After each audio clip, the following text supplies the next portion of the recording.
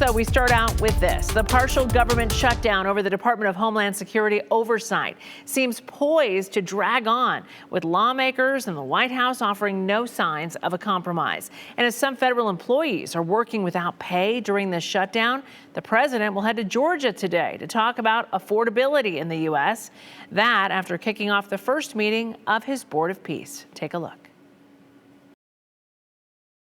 President Trump eyeing two fronts today, greeting world leaders at the inaugural meeting of his Board of Peace before heading to Georgia to talk up his economic policies.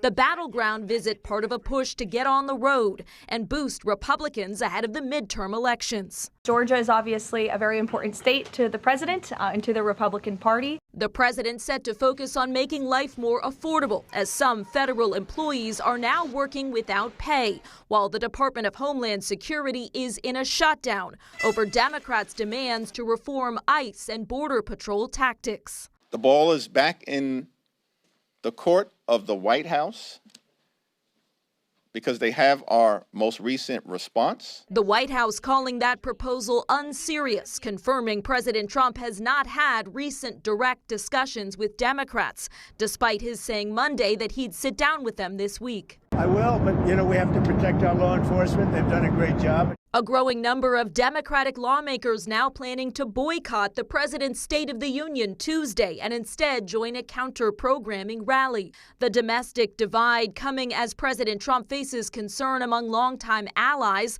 that his Board of Peace could undermine the United Nations.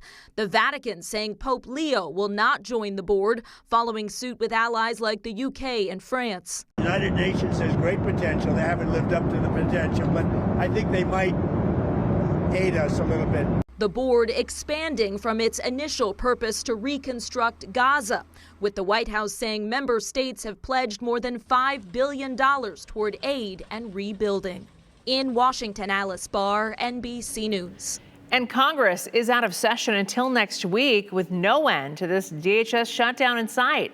TSA agents, they're working again without pay, raising concerns about airport disruptions if that funding isn't resolved soon. The Coast Guard and FEMA, they are also on the job without a paycheck. Critical functions like FEMA disaster grants, they're also on the line.